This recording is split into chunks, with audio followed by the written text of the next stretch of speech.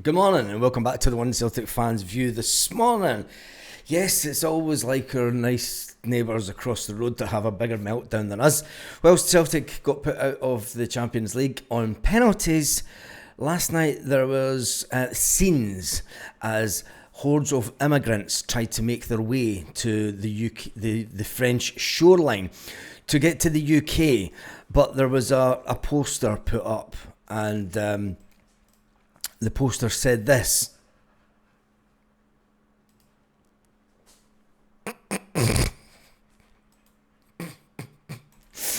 And then just add to the hilarity. I'm going to get this out of the way first. The Celtic news is coming. There's a big IDAH news this morning. But somebody needs to explain 9-1 to this guy.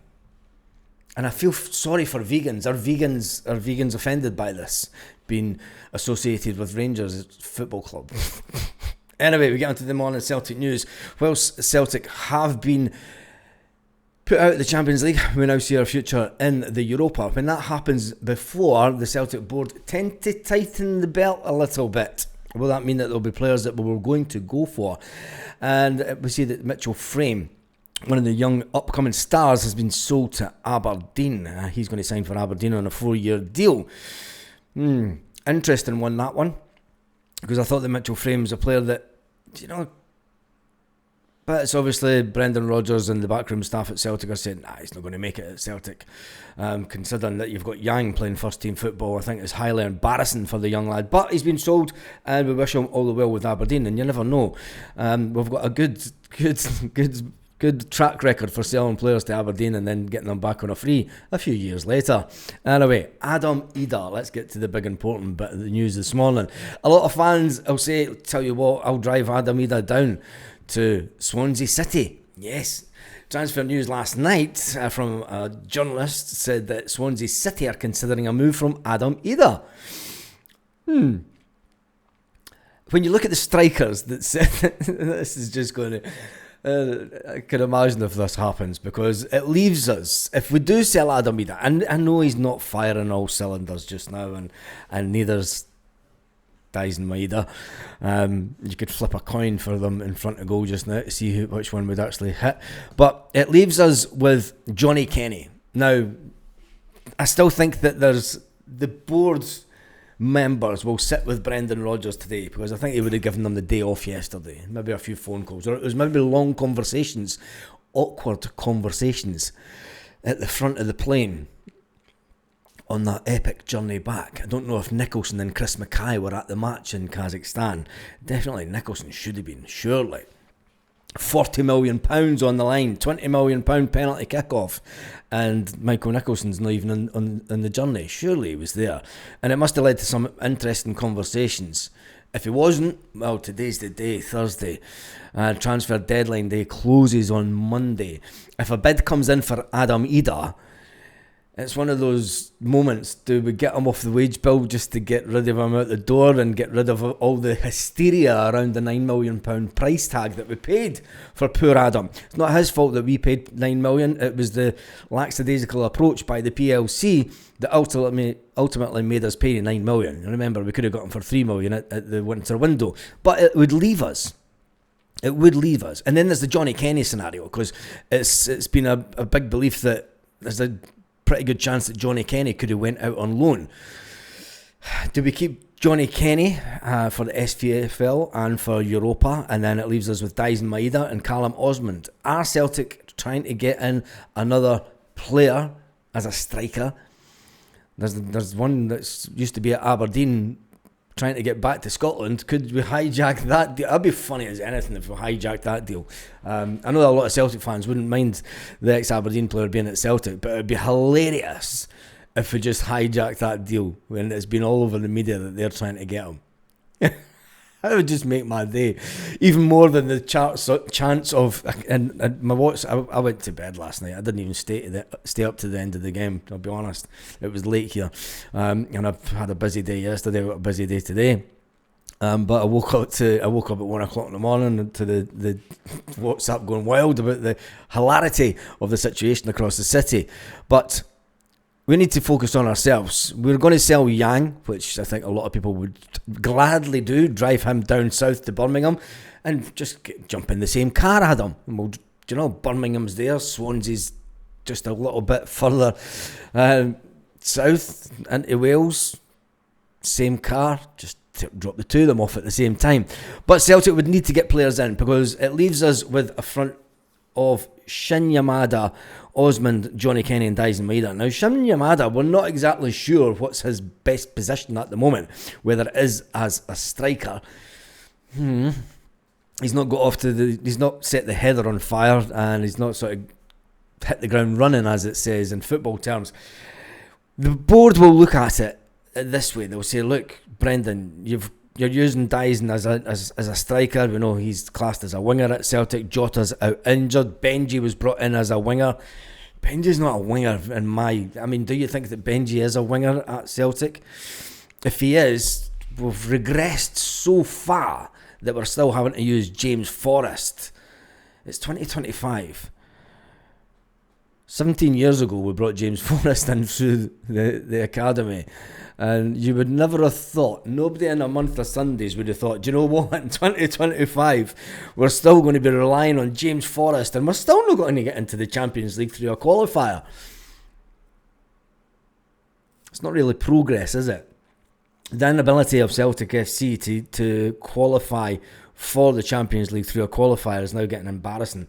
And bringing in an elite manager with the promises that Europe would be the holy grail of his tenure at Celtic are now getting a lot of fans saying, do you know what, well, Brendan, if you've never done it again, and this is what it's going to come down to. A lot of people said last year, and I did say last year, Celtic should canter to a treble. Well, we kind of fell away at the end of last season. We know what happened.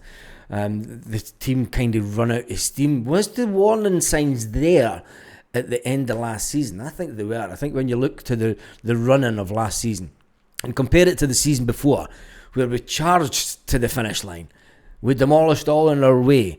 It was like a juggernaut to get to the finish line the season before. Last season,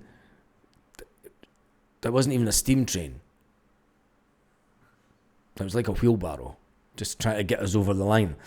And whilst we'd done it in the league was fine, you could see that the league performances weren't great. And yes, we demolished Aberdeen in the league, but Aberdeen had completely, after we annihilated them at Hampden, their season went into freefall. Anybody could have put a number of goals past Aberdeen, but when it come to the final, we all know what happened. And the exact same happened in Kazakhstan. But when you look at the players that we do have, will we go? Well, we've got a winger coming in. Will we get another winger to come in? And will we get another striker? If there's another striker comes in, there has to be someone shifted out, because the men upstairs will say, look, we're in Europa now. The wage bill needs to come down. It's as simple as that. It's a simple arithmetic business thing, Brendan. We're spending too much on wages for Europa. A lot of people will say, well, just have that little bit of push. I would like us to have a little bit of push, because I think that the Europa is definitely, whilst you see some of the teams that we're going to be in the draw with, it's not as good as obviously being in the Champions League. I mean, it's not the best destinations to be maybe going for a European away games. It's not the same coming out when it's not the Champions League music. And a lot of the times in Europa League phase last year, I noticed that there was a lot of grounds weren't full to capacity, because people just aren't interested in a Europa League format as much as the Champions League. I think everything was all focused on the Champions League last year. Everything will be focused on the Champions League this year, because it's the big league and it's where everyone wants to be. But we're not there, so we move on swiftly and don't look back. Anyway, at least they give us a laugh. At least they do give us a laugh. So with our neighbours out of the Champions League after getting beat 9-1, at least we didn't get beat 9-1.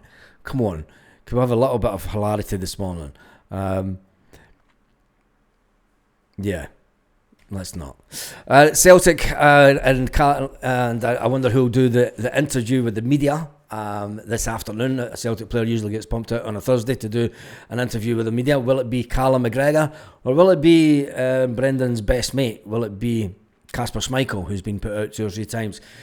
I don't think it'll be fair on any player to get put out today. I think we should just say, nah, not this week, mate. There's no player.